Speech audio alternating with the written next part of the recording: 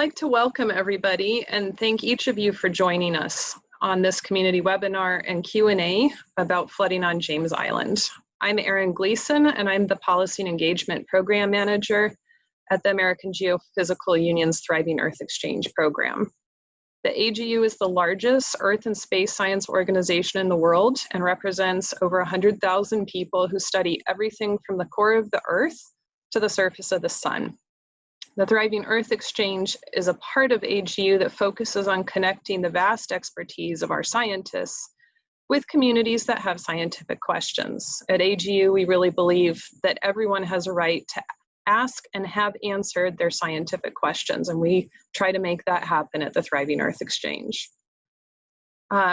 So when the James Island residents came to us earlier this year, they had three questions. First was, why are we being flooded so much? Second was, if more development goes in, as is being proposed, will the flooding get worse? And three, if flooding does get worse, how can we deal with the related issues like septic tank overflow? And we're here today to share some of those answers with you. Joining me on this call is Harriet Festing, the Executive Director of the Anthropocene Alliance and a regular partner of the Thriving Earth Exchange. We work together on a number of projects throughout the US. The Anthropocene Alliance is a major ally to and resource for communities all over the United States who face flooding for a variety of different reasons. Harriet will introduce Dr. Emerman and moderate the Q&A that will follow Dr. Emerman's discussion of his results answering some of those questions that those residents came to us with initially. Until that point, everybody is muted on my side. I will unmute people when we get to the Q&A. I would ask that you use the raise hand function. Harriet Festing will tell you more about this as we reach that portion of today's call. Until then, if you have any questions, please use the chat, and I will be on the chat helping you guys. So with that, let me hand over the controls to Harriet. Give me just a moment as I do this. It always takes a moment to make these transitions.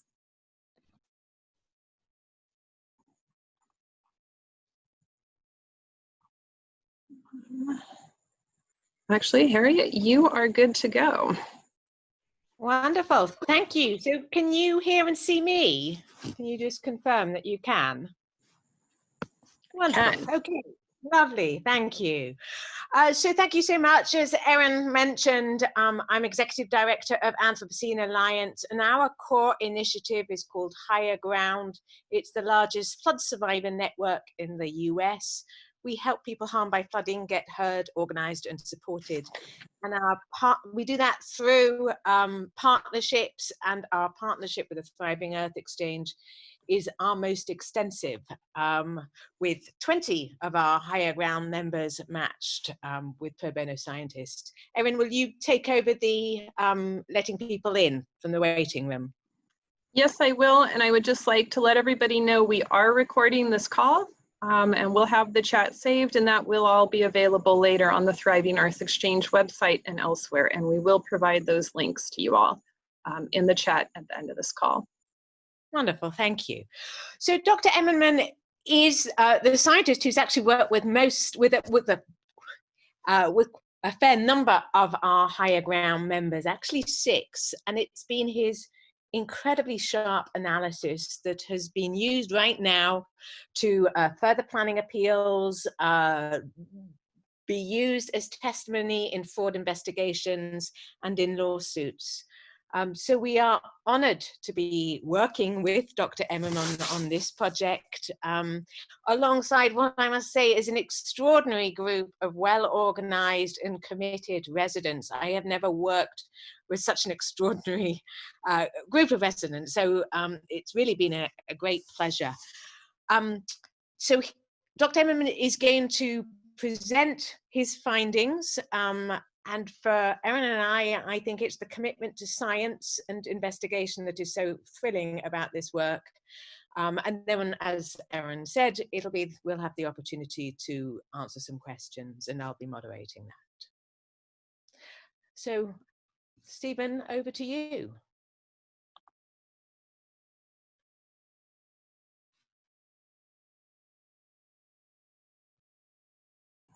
Give me just a minute. Unmuting is always one of those things that takes a moment. And people are still filtering in. Dr. Emerman, you should have the floor. Go ahead. Okay, you can hear me, Erin? I can. Okay, great. Okay, so good afternoon to everybody. Thank you very much for attending this webinar. I'm very grateful for everyone who's here. I'm especially grateful for officials from the city of Charleston and county of Charleston who are on this webinar. Charleston means a lot to me, as you'll be hearing about shortly. What I'm going to do for you is first I'm going to read a statement that I read to the town of James Island Drainage Council on Wednesday night. That will take just about 4 minutes, so that's a very concise summary. And then I will give a longer version, about 15 minutes, and you'll see this upcoming PowerPoint presentation. Okay? So, let's begin. This is my testimony to the Drainage Council. Thank you very much for the opportunity to address this Drainage Council. I am Dr. Steve Emerman. I was born in Charleston and lived at 9 Devereaux Avenue on the banks of the Ashley River. I have an MA from Princeton University and PhD from Cornell University. I was a professor of hydrology for over 30 years.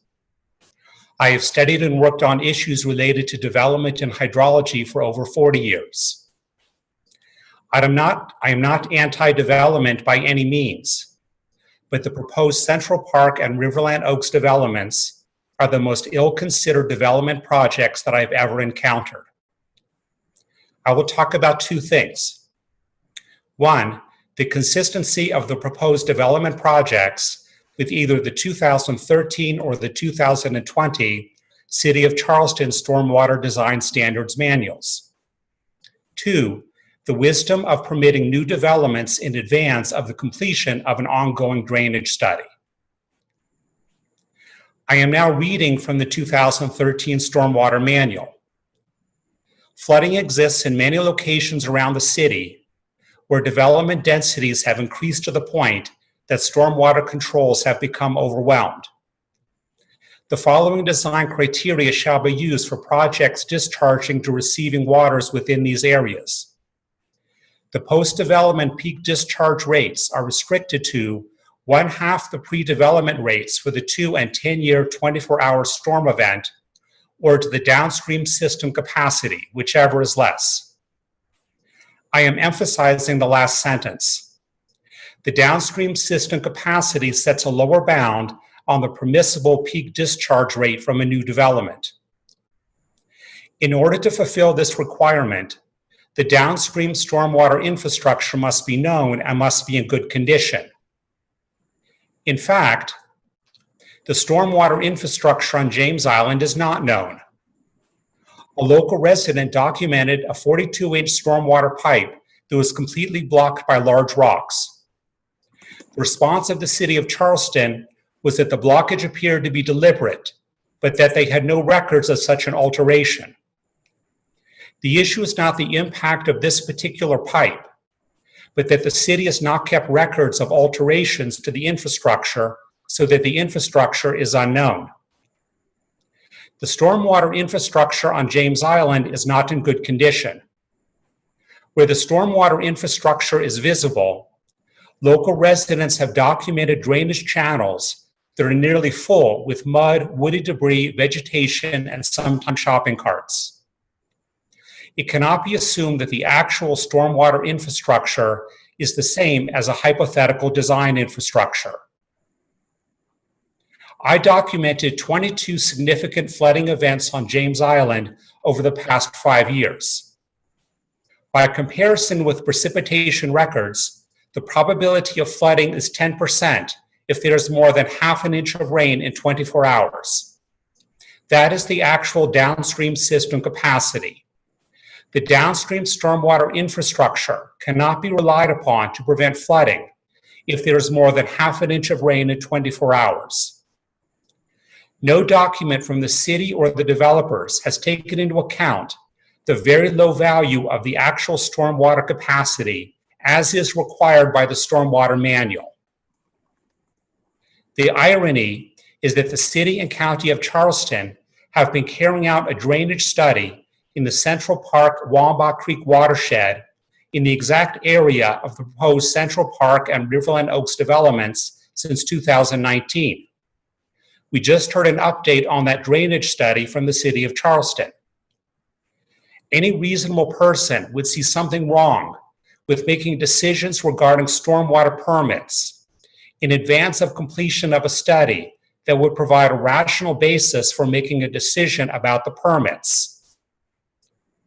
Just stop it.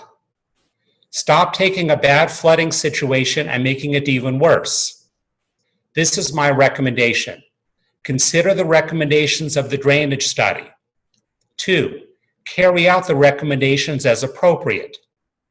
3, verify that the implementation of the recommendations has improved the flooding situation. 4, only then will it be appropriate to consider new developments. Thank you. And with that, Aaron, I will start with the PowerPoint presentation. Okay, so this was the title of the report that, back up. Okay, this is the title of a report that I wrote for the South Carolina Coastal Conservation League, Potential Impact of New Urban Development on Flooding on James Island, Charleston, South Carolina. I'm Steve Emerman, the owner of Mazek Consulting. Next. Here's a brief biography of me. Main things you have to know. I was born in Charleston, South Carolina. I lived at 9 Devereaux Avenue in historic Charleston. I have MA from Princeton University, PhD from Cornell University. I've been a member of the American Geophysical Union since 1979.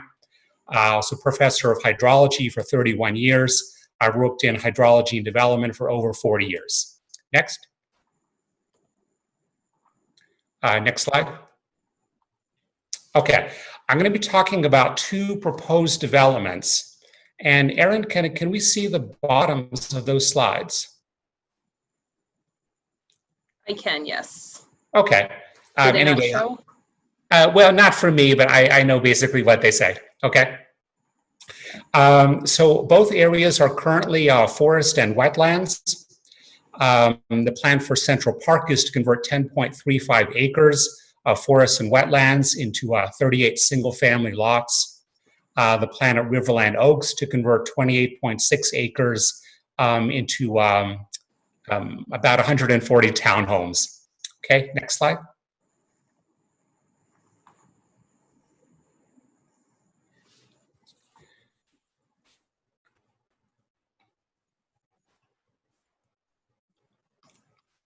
Okay, now I'm asking only one question, and that is, are the proposed developments consistent with the Charleston stormwater regulations?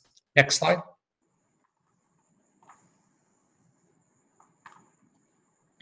Okay, I first want to explain the concept of an extreme precipitation event. Okay, so when we talk about a 100-year storm, it means a storm with a 1% probability of occurrence or exceedance in any given year.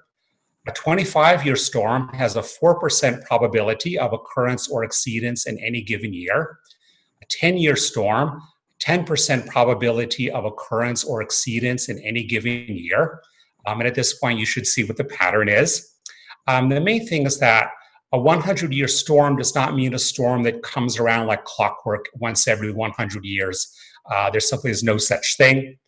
However, if you're ever told or heard that they were 500-year storms 3 years in a row, you should be a little suspicious of that.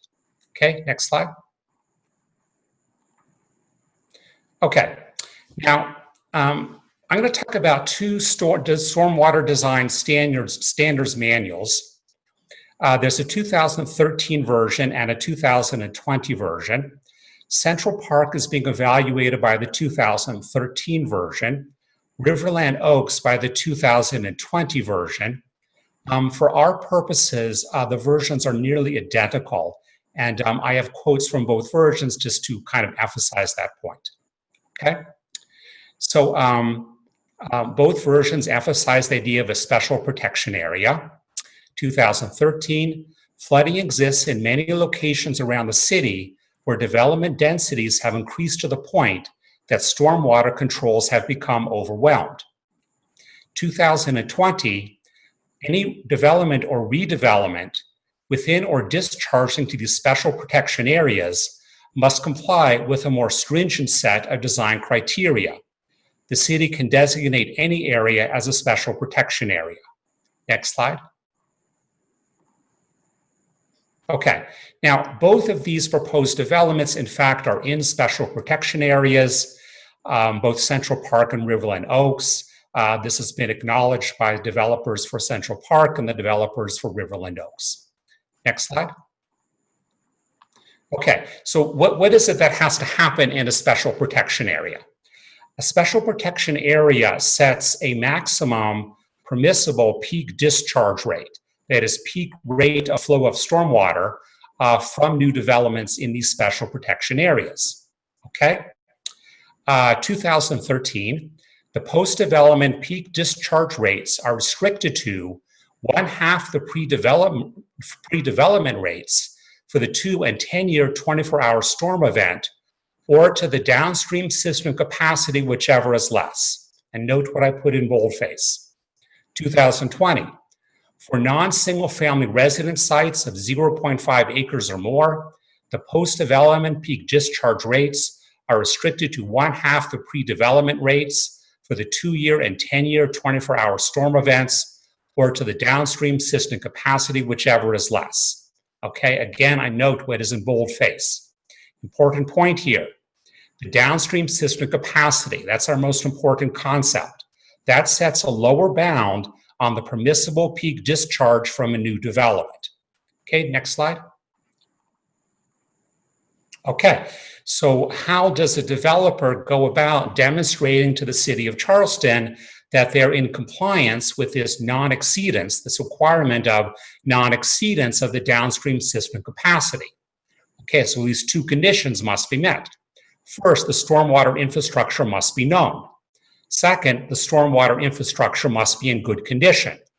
If the infrastructure is unknown and is not known to be in good condition, well, then you can't demonstrate anything. Next slide. Now, in fact, the stormwater infrastructure on James Island is not known. This was documented by James Mazek. He's a former Charleston police officer and retired firefighter. In the pair of photos on the left, you see a 42-inch stormwater pipe that is completely blocked. In the diagram, on the right side of the diagram on the left is a manhole cover. It's immediately above the stormwater pipe, so it would be easily accessible by city workers. If you look at the pair of photos on the right, a stormwater pipe is completely sealed by a pile of large rocks. Right next to it, there's a 48-inch stormwater pipe, which is open, and that shows what an open pipe should look like. Next slide. Okay. The response of the city of Charleston was that they, in fact, do not keep records of alterations to stormwater infrastructure. This was a communication, an email from April the 28th of this year. From the records of the work we did to rehabilitate this system in 2016, it looks like the pipe must have been closed off before that. As a result, it would have been done before most of us working in stormwater engineering at the city and county were here. We are looking into if we have any records of what might have happened on the system, or if any of the longer tenured maintenance employees have any knowledge on this, and we'll let you know if we find anything out. Okay, but in fact, the city of Charleston has no records on this sealed stormwater pipe. Now, the important point is not this particular pipe and what would happen if you blocked or did not block this particular pipe. The point is that the alteration of the infrastructure was not known. So if this was not known, we have many questions about what else is not known. What, if anything, is known? Next slide. Okay, in addition, the stormwater infrastructure is in poor condition. Again, much of this was documented. These particular photos were documented by James Mazek, a police officer and firefighter. In both cases, you see stormwater drainage channels. These should be conveying stormwater. They're nearly full with mud, vegetation, woody debris, trash, even shopping carts. They're not going to be conveying much stormwater. Next slide. Okay, so what I did is I asked the question, since the stormwater infrastructure is not known, and since it's in poor condition where it is known, can we calculate or estimate the actual downstream system capacity based upon its performance? That is, does the stormwater infrastructure prevent or not prevent flooding during precipitation events of various amounts? Okay, so I documented 22 flooding events on James Island in 5 years. One thing I want to draw your attention to is there's often reports in the media of 500-year storms, 1,000-year storms, and in fact, no event in the last 5 years has really been such an extreme storm. Hurricane Joaquin was a 40-year storm. Hurricane Matthew was a 29-year storm. Hurricane Irma was a 10-year storm. In fact, residents of James Island have no idea what a real 100 storm would do and what massive flooding it would cause. Next slide. Okay, so let's look at two diagrams here. What I did is I considered days with flooding and days without flooding, and I plotted those as a function of precipitation amounts. Now, if we look at the diagram on the left, we see that if there's a storm with a return period of greater than 4.9 years, the probability of flooding is 100%. Flooding is inevitable. Suppose you have a storm with a return period greater than 1 year. Now, that's a storm that has a 100% probability of occurrence or exceedance in any given year. In fact, that's an inevitable event, a 1-year storm in any given year. In that case, the probability of flooding is 59%. Now, look at the diagram on the right, okay? We see if there's more than 5.53 inches of rain in 24 hours, the probability of flooding is 100%. That is, flooding is inevitable. If there's more than 2.5 inches of rain in 24 hours, the probability is 50%, or we could say flooding is expected. If the probability of flooding, if the amount of rainfall in 24 hours exceeds 0.53 inches, half an inch of rain, the probability of flooding is 10%. So we could say that the stormwater system cannot reliably accommodate more than half an inch of rain in 24 hours. Now that is the actual downstream storm system capacity, the actual downstream capacity. That is the capacity, the ability to accommodate the stormwater flow that would result from only half an inch of rain in 24 hours. And that is quite a low flow rate, quite a low capacity. Next slide. Now, the important point here is that the city of Charleston has not required developers to take into account the actual downstream system capacity, which is in violation of the city's stormwater regulations. And this concept of downstream system capacity is not mentioned in any of the documents submitted by the developers and reviewed by the city of Charleston. Next slide. Now, the irony here is that there's been an ongoing drainage study exactly in the neighborhood of the proposed developments. On the left, this is taken from the website of the city of Charleston. Central Park Wallenbach Creek Watershed Master Plan Drainage Study began in 2019. The city and Charleston County are partnering on this project to inventory all drainage features of this basin, create a model, and recommend any maintenance and infrastructure improvements. A basin-wide stormwater drainage model is needed to determine the level of service for and condition of the existing system, as well as the ability to assess the impacts of development on the existing systems. Suggested possible drainage improvements, as well as design recommendations, will be submitted. I actually can't see the very bottom, but you have the idea. I'm exactly in favor of this kind of drainage study. It's due to be completed this year or next year. I am completely in favor of it. The problem I have is with fast-tracking developments in advance of receiving this study. Now, on the right, I'm summarizing my opinion on this. That is that any reasonable person would see something wrong with making decisions regarding stormwater permits in advance of completion of a study that would provide a rational basis for making a decision about those permits. Next slide. These are my recommendations. Number one, comply with the City of Charleston Stormwater Design Standards Manual. Now, that should be a no-brainer. I'm just saying, let's follow the law. Number two, complete the ongoing drainage study of the Central Park Wambach Creek watershed. Number three, evaluate the recommendations of the drainage study. Number four, implement the recommendations of the drainage study as appropriate. Number five, verify that implementation of the recommendations has significantly improved the flooding situation on James Island.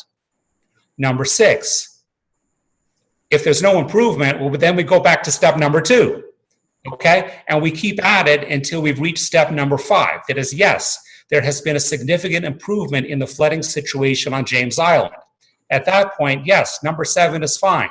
Now consider the possibility of new developments, but of course, in compliance with the City of Charleston Stormwater Design Standards Manual. Next slide. And with that, I'm happy to take any questions. Wonderful. Thank you so much, Steve Emerman. We're so grateful to you.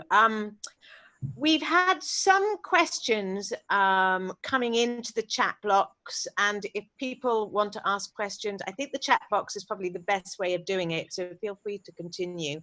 I'm actually going to use the luxury of being the moderator to start by asking a couple of questions or making maybe some observations first myself. I'm being not a scientist. What I find so fascinating is that you've helped me understand issues that I believe are common across many of the communities we work with. One of the things that you made the comment about was 100-year storm versus 10-year storm, how residents tend to say, and it was a 1,000-year storm, and you say, whoa, it probably wasn't. And they look a little bit upset because they think that you're trying to downplay the awfulness of their flooding. And my understanding is that you're actually saying the opposite. You're saying, Charleston, you are flooding right now, even in these smallest flood events. Is that correct? Yes, that's correct. Okay. What I was really emphasizing is that James Island has no idea what would happen during a 100-year storm. 500 years, I don't know. We're not even on the correct planet here. Okay. It actually is quite interesting that there was no weather station on James Island before 2013. It's kind of interesting, okay? There actually is only 7 years of precipitation data from James Island. This is discussed in my report. So in terms of setting, well, what would be the rainfall for a 100-year storm, that was based upon the weather station in Charleston that has records going back to about 1886. Okay, but yes, you did sum that up correctly. Wonderful, thank you. And the other thing that that I guess I learned from reading the report and from speaking to you afterwards was and again, I just want to check my understanding because I think this is important for other people to understand. My understanding is what you're saying is that when engineers or developers do their plans, they are often working off hypothetical models of what this existing stormwater infrastructure looks like or how it works.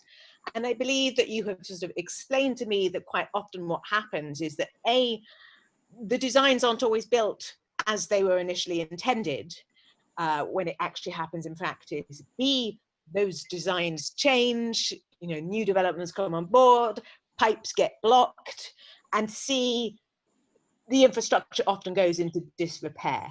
And so they're not working to the actual reality of the situation. And you also mentioned once in a discussion to us about how often what happens is that models are then validated as a way of checking whether or not the infrastructure is working as it should be. Could you explain a little bit more about that? Oh, you actually did a good job, but I'll explain also. Okay, so if we're talking about stormwater infrastructure, we could talk about it at 3 levels.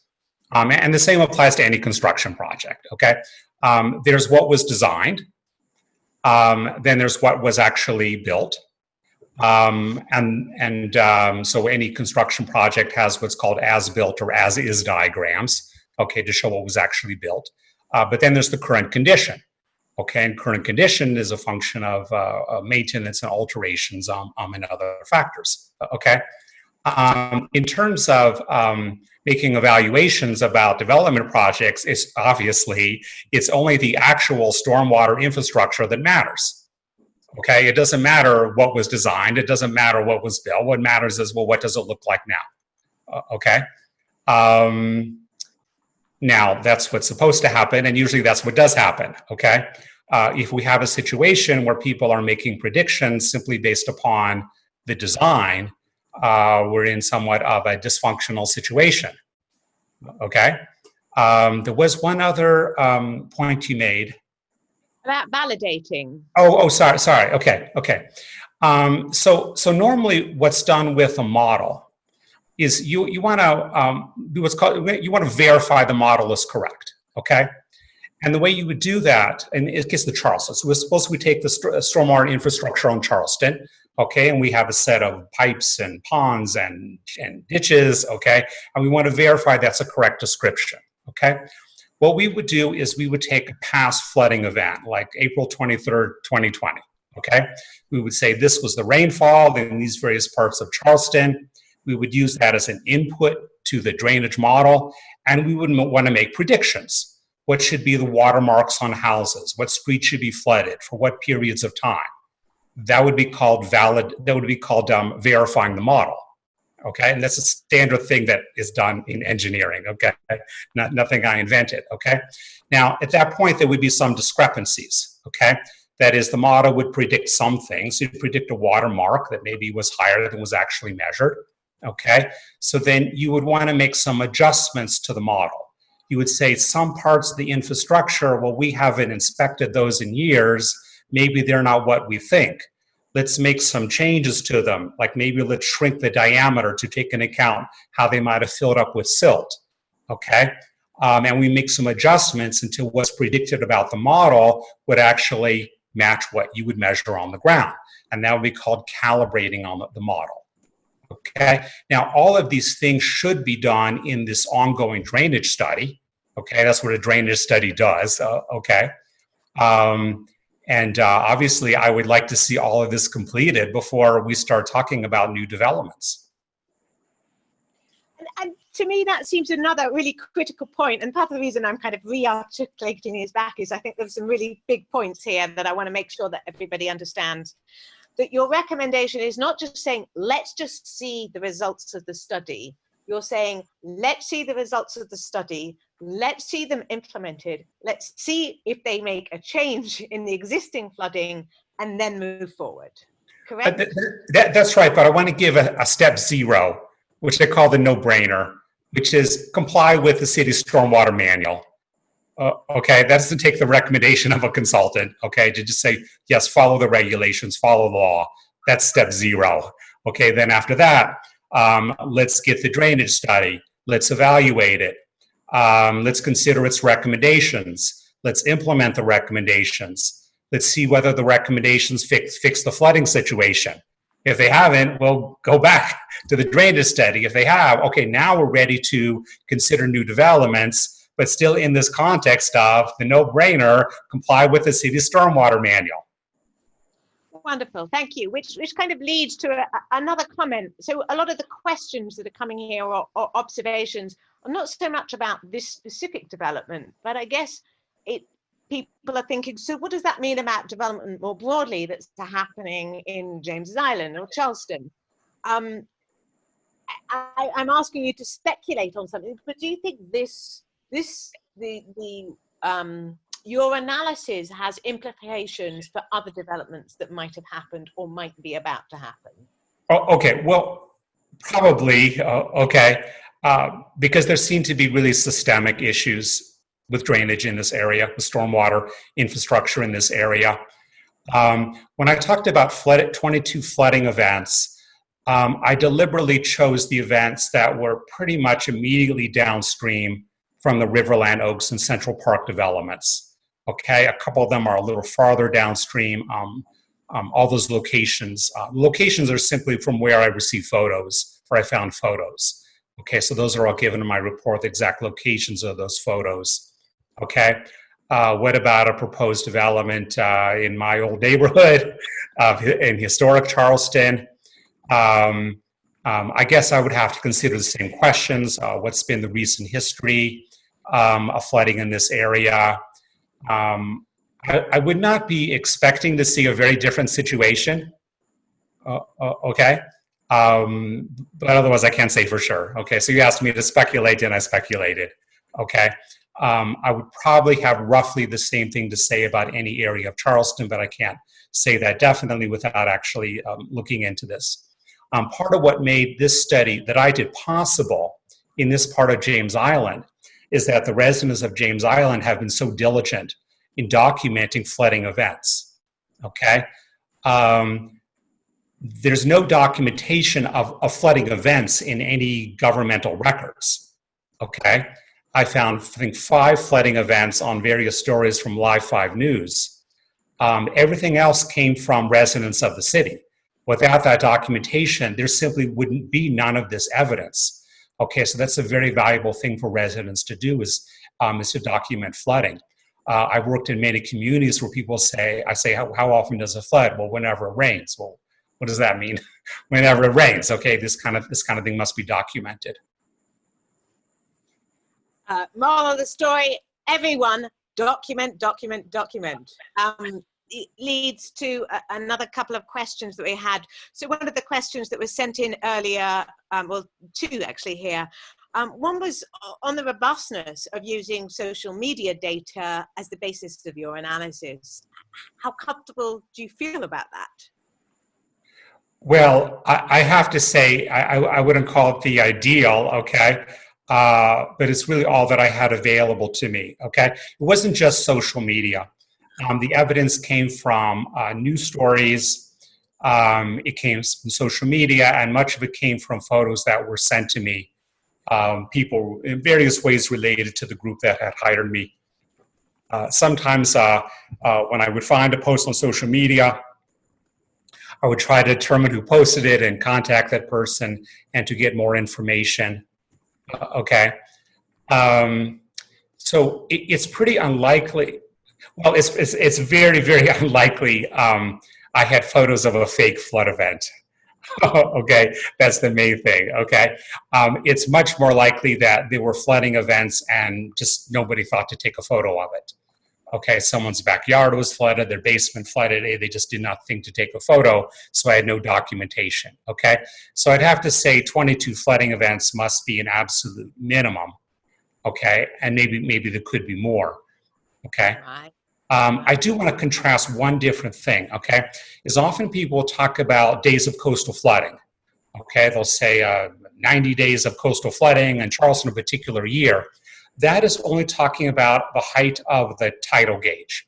It just means that the tidal gauge in Charleston Harbor is over 7 feet, okay? But when I meant a flooding event, I was talking about flooding of streets, homes, backyards, significant enough that people document them with photos. Okay, so that's a different concept than coastal flooding, okay? Coastal flooding is simply due to rise in sea level. At some point, NOAA will just recalibrate coastal flooding because it'll make no sense to say flooding occurs every day of the year. Wonderful, thank you. So a related question to this, if we document flooding, so is there a central place where we should share the information? And my quick answer to that might be Facebook. But more importantly, connected to that is, are there guidelines for information we should collect? Wow, that is such a good question. I don't know of anyone who is doing this kind of thing. Okay, that looks like an excellent project for Anthropocene Alliance to take on with some help from me. Right. Well, and I do know the perfect platform, which is there's a tool called IC Change, which does all you know, a lot of the back modeling. So we could talk with residents about that. It's a platform that anyone could download and start tracking flooding events. And they can be mapped with weather data as well. So we should talk about that. That'd be excellent. But I'll tell you, by the way, scrolling through year after year after year of Facebook posts was really quite a lot of work.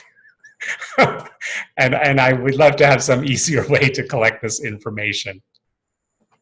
Right, right. I'm just scrolling through the, regarding the Central Park development, how do we get the city to understand and follow the downstream limitation standard?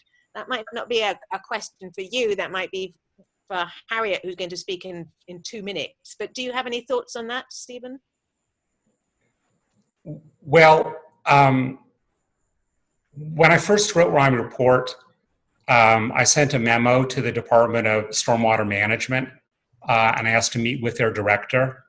I sent my report and I included very specific questions that I wanted to discuss, and I received no reply.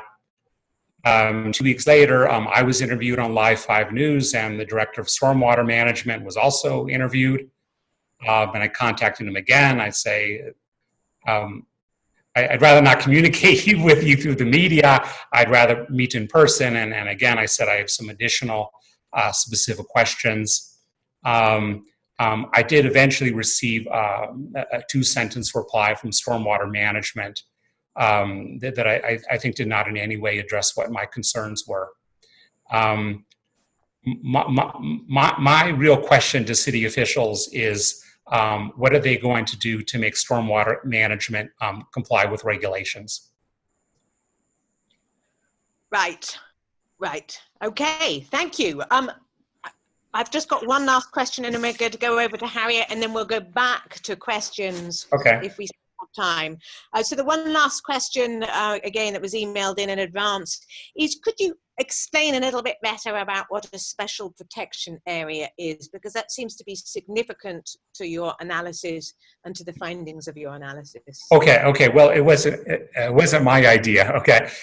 It's found in the 2013 and the 2020 Charleston Stormwater Manuals, concept of a special protection area. And it means some area that has a history of persistent flooding, even when there isn't much rainfall, an area where there's kind of persistent underdeveloped and under-maintained stormwater infrastructure. And for development in these special protection areas, or that would be feeding stormwater into these special protection areas, there's particular requirements that have to be met. And that number one requirement is the peak discharge rate after a new development cannot exceed the downstream system capacity. Okay, that's what the city is supposed to require developers to demonstrate, that their peak discharge will not exceed that downstream system capacity. Okay, when the city does not require developers to demonstrate that, I'm sorry to say they're not following their own regulations. Thank you. Thank you so much. So over to Harriet, who's going to tell us a little bit more about next step for residents, because we have an incredible organizing group of residents, but boy, do they need your help to make sure that there's some action on this. And from what I can see, there seem to be ramifications not just for this development, but for broader development across the city. And so any impact that you have on this development could have a broader impact. Harriet, are you there? Hold on, I probably need to unmute her. And if you're able to turn on your video, Harriet, that would be great. Harriet, you're good to go. I'm trying. Can you hear me? We can. Okay. As a resident in the Central Park Basin, I would first like to thank Thriving Earth Exchange and the Anthropocene Alliance for hosting this seminar, and thank the Coastal Conservation League for helping us with our fundraising efforts so that we could hire Dr. Emerman. And many thanks to Dr. Emerman for all of his work on this report and his participation in today's webinar. As you know, in the Central Park Basin, we already have homes that flood and property that is eroding away or riddled with sinkholes. All of these problems are decreasing our property values. It is imperative that our drainage infrastructure be fixed and maintained, as Dr. Emerman has stated, and all new developments need to follow the stormwater manual guidelines in the strictest sense, as he has so clearly told us. We're looking for folks in the neighborhoods who are willing to send emails and letters and attend city virtual meetings. If you're willing to help, if you would include your email address in the chat, and Erin will get that information to me, or you could contact me directly. And my email address, it's kind of hard to hear over devices, but it's HCREA, V as in Victor, IS, the number 8, @gmail.com. So I've asked Erin to put my email address in the chat as well. And if you live in the Woodland Shores area, please try to get on Julie Hallman's email list, because she is updating the residents who are over closest to the Riverland Oaks development. You can also stay up to date about upcoming meetings by following the Save James Island Facebook page. And just to let you know, the Thriving Earth Exchange has posted a page about James Island, and on there is a link so that you can find Dr. Emerman's report in case you haven't seen it yet. And we just need for people in the area to get involved, and we have a good core group, but any others who would join us, we would definitely appreciate that. So I thank you, and I look forward to hearing from you. Wonderful, thank you. So, and I understand, Erin, we've got until 4:30, is that correct, for the questions? And we do. So please, if you have questions, put them in the chat or raise your hand. Okay, wonderful. And do people know, can you remind people how to raise their hands on using the screen? So probably if you scroll down or roll over the bottom of your screen, there's a little smiley face with a plus called reactions. If you click on that, you should be able to clap or raise your hand. That just signals to us that you'd like to speak more. I think there's more reactions somewhere else, but okay. That'll work to signal that you'd like a moment to speak. And I think we can, if you give me a few seconds, I can unmute those of you who would like to speak up. Wonderful. So a couple of other questions that were in the chat or that were asked before, and actually they're kind of related to each other. One was the impact. What impact, if any, would there be in relation to the changing flood map? Someone said that the flood maps, FEMA flood maps, are changing. You know, does that change anything? That's one. And then the other one that Erin had asked previously, and it would be good to just share, is how does climate change relate to any of this in rising sea levels?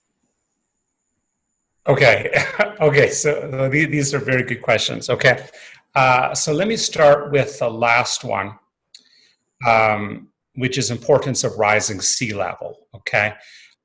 So the reason you have 90 flooding days in Charleston Harbor in a year is of course because sea level is rising.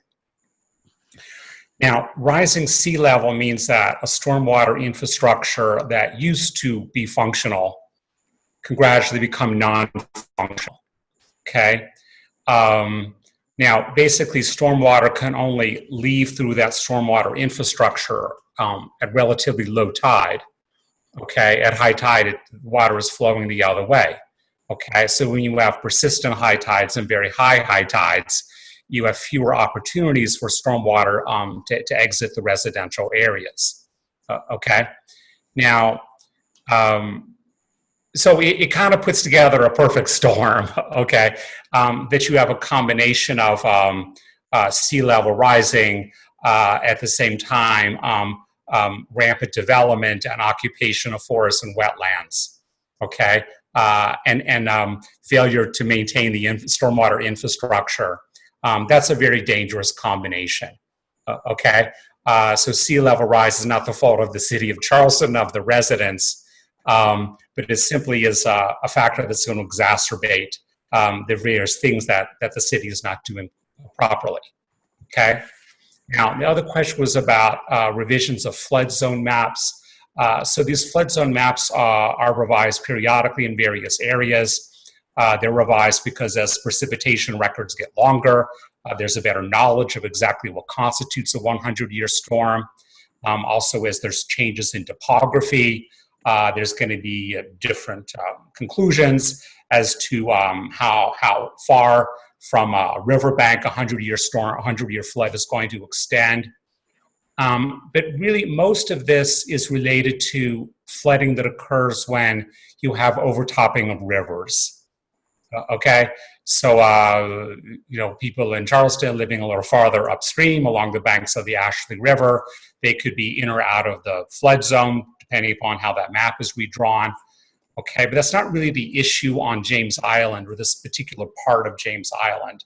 Okay, it is an overtopping of rivers. It's simply stormwater runoff that has no place to go, that has no pipes or drainage channels to go into. Okay. In terms of climate change, well, yes, that makes everything worse. Okay. So we have a very bad situation of rising sea level and increasing strength and frequency of hurricanes and failure to maintain the stormwater infrastructure and development that occupies forests and wetlands, and a city that does not enforce its stormwater regulations manual. I think I've now listed every flooding risk factor. Wonderful, thank you. So a lot of the comments that are coming in now are really for representatives. So there's one here, to our representatives that are present. How do we require the city/county to adhere to the stormwater manual? Is there anybody on this call who's like willing to respond to that and give their own thoughts? And you might need to put your hand up to do that.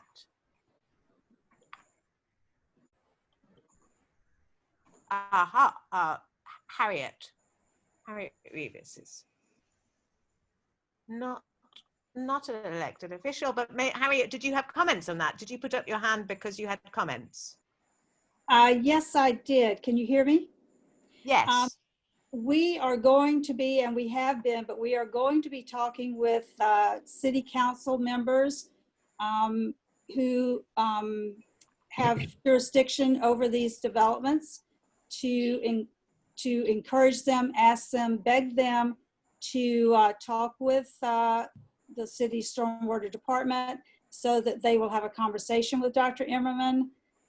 And if anyone is interested in joining in an email campaign to talk to city councilmen, please let me know, or do it on your own. We need our city representatives to press the city staff to look at what Dr. Emerman is presenting. Thanks. Wonderful, thank you. So there's a comment that's just come in that I think is really critical.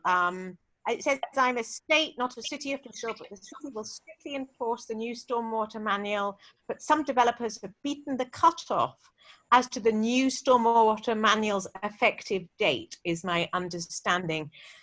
So Dr. Emerman, tell us this, what does it mean in relation to the prior stormwater manual? Okay. The Central Park development is being evaluated in terms of the 2013 manual.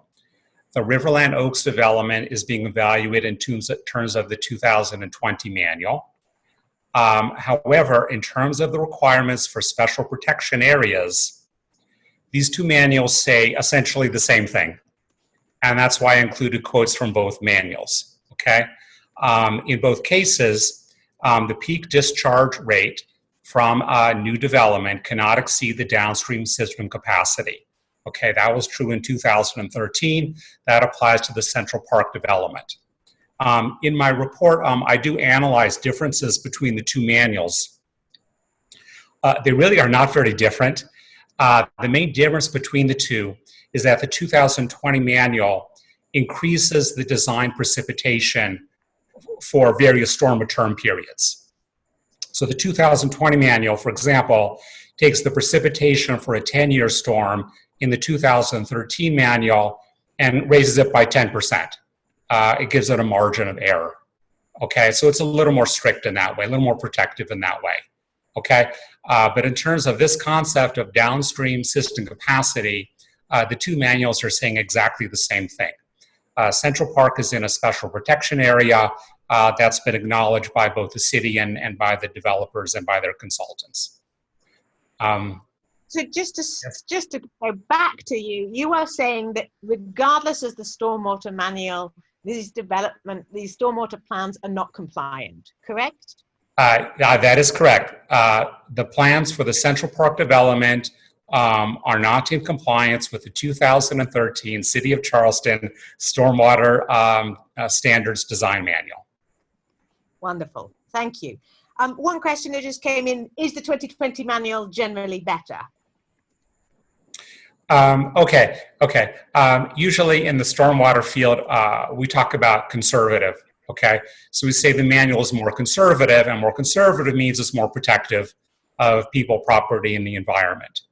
Okay, it's mostly more protective in terms of setting a higher precipitation for what counts as a 10-year storm. Okay, other differences are fairly minor. I will explain one. In the 2013 manual for a special protection area, there's a limit on the runoff rate. There's also a limit on the volume of runoff. Okay, 2020 manual continues that, but says yes, there's a limit on the volume of runoff, but also the time period over which you can release that volume. Okay. Yeah, it is. The 2020 manual is more protective. I really would not call it extraordinarily different.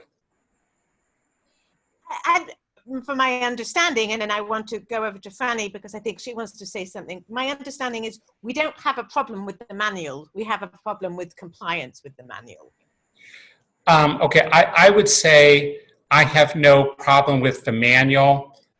Some people have asked me whether a stormwater manual should prohibit fill and build. Fill and build is prohibited in many areas. Usually that's not part of the stormwater manual. That's part of a building code or other kinds of codes. Otherwise, I would not say there's any area in which I'm not happy with either the 2013 or the 2020 manuals. Wonderful, thank you. Franny, I believe you have some things to say. Yeah, and give then me just a second to unmute her. And then after Franny, maybe Julie, we could go over to you and you could say a little bit more about the actual circumstances that you have been living in terms of flooding. Is that okay? Wonderful. Franny, you should be able to speak. Julie, I'm going to unmute you so you're queued up.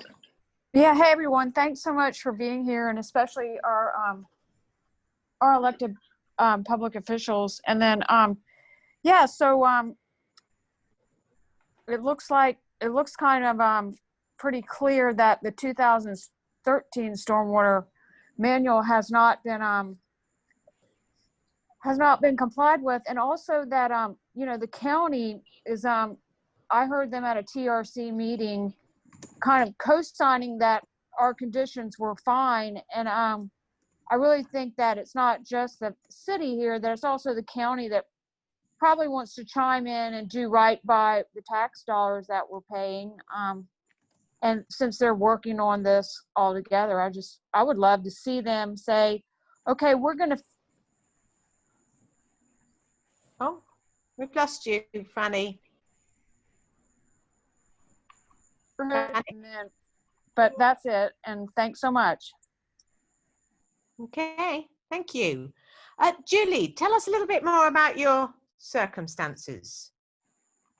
So I live off of Woodland Shores Road near where the proposed Riverland Oaks development is.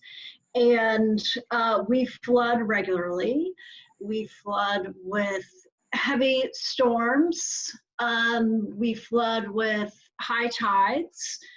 And my concerns are that, you know, it is my understanding that the city and the county, basically our government, has a responsibility to protect existing property owners, protect their property and their families. And my concern is that that does not appear to be happening, especially after learning, you know, that they are not following the regulations that they have put forth in their own manual. Another thing that, this is a whole another can of worms, but you know, some of these flooding events that I personally have experienced, I have had raw sewage in my yard multiple times, which up until recently I just thought was extremely disgusting. Now, you know, we're learning, scientists are learning that COVID is transmitted through sewage. So it's a whole nother health and environmental problem that we're experiencing, not just damage to our properties.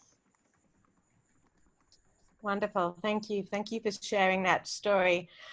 I wanted to go over to Anna, because Anna Zimmerman, who has been, you know, part of the sort of group, she's a well-known flood advocate in Charleston. And Anna, there's two comments that she had. One was that she said that, hi Anna, that you're aware of other developments that are not compliant with the stormwater manuals. So it would be good, I believe you said that, it would be good, if I'm correct with that, do you just explain a little bit more? And you also mentioned there's been a bit of a to and fro around compliance with FEMA regulations and who's responsible for ensuring that the city is compliant with FEMA regulations. So could you just talk about those two different issues? I can't hear you. Give me a moment. Okay, Anna, you're good to go. Yes, so the comments that I made in the chat box were ones about the city and their regulations for requirements due to FEMA guidelines, and the city doesn't follow those. The city doesn't issue substantial damage letters. The city doesn't do inspections of homes after flooding. This has all been well documented that the city is out of compliance with the National Flood Insurance Program and doesn't follow FEMA regulations. I find that many of the parallels of these problems with FEMA are also requirements that the city doesn't follow many of its own ordinances. It's not just the stormwater manual. They don't follow ordinances for base flood elevations for other developments. And the collecting of the data, every time that there's a flood, the city is supposed to document homes that have flooded. And this is in James Island, West Ashley, downtown, and they don't do this. So this not having the data, I have asked the city repetitively why they don't do this, and they have told me, the chief engineer told me at one time that it was intentional to not collect the data. So they're aware that they're not in compliance, but you know, until it takes, I don't know, residents to hold them to it, I'm really at a loss, because at the end of the day, this just hurts every single person that lives in the city of Charleston. And this is going to be a detriment not only to our neighborhoods, but new people that move in here as well. And, you know, so the thread that's going back and forth about the city, you know, enforcing the stormwater regulations or enforcing the FEMA requirements, these are laws, like Dr. Emerman has said, and it's astounding to me, and it is really hurtful to every one of us, maybe some of us more so right now than others, but eventually this is just going to hurt more and more and more and more people. And we need to stop this. And we do need to hold the city accountable. That's the easiest way, my opinion, to maybe mitigate or stop some of this from being exacerbated, is to follow guidelines. There's wisdom in many of those guidelines, but it is a law that they're required to be followed, and to stop the fill and build. So, you know, adding more dirt into the Central Park area, I can't see how this is going to help. And we have a school that's flooding, sewage in people's yards. I, as an immunologist, and it concerns me that we have sewage over there and nobody is testing to see if there's sewage that's going into that school. So that's my question came in is, does the town do it? I think that means be compliant. I mean, does that mean anything? That was from Libby So Smith. the town of James Island and the county, they, from my understanding, they are not in, they do inspect homes after flooding.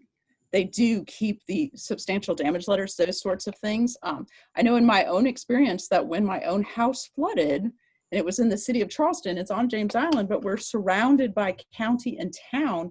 I had county and town people coming to my house verifying that my flooded house was not in the town or the county. City of Charleston, I can't even get them. I requested for them to come there probably over 20 times, and it's just ignored. So I wouldn't make the extrapolation that the town and the county are not following FEMA requirements. To my knowledge, I don't have information on that, but I do have tremendous amount of documentation about the city. Okay. So thank you. Maybe I will go to Susan Milliken, because she put in a long list, and Susan, I've tried to do justice to your long list of questions, but were there any that you thought were critical that you would like to ask? I think we're probably down to our last few questions, and then we'll wrap up. And then I'll probably maybe just ask either Franny or Harriet to just do the kind of final cheer along, give us your email kind of instruction. So Susan, over to you to see if you had any other additional question. Harriet, I really just want to thank everyone so much, and thank Aaron and the residents of Marlboro and Laurel Park so much for all their hard work. We've done what we can to facilitate a lot of this, and thank you, Dr. Emerman. We've actually had a hard time staying online this last hour. We've had a lot of thunder and lightning. I think there's been a little mini rain bomb downtown. So I don't have my questions in front of me, but I just so appreciate your work, Dr. Emerman, and we look forward to hearing much more from you. Thank you. Fantastic. Thank you. Harriet, do you want to do a final? We need your emails. Get rolling. If not, I'm happy to do it. Is she turned on?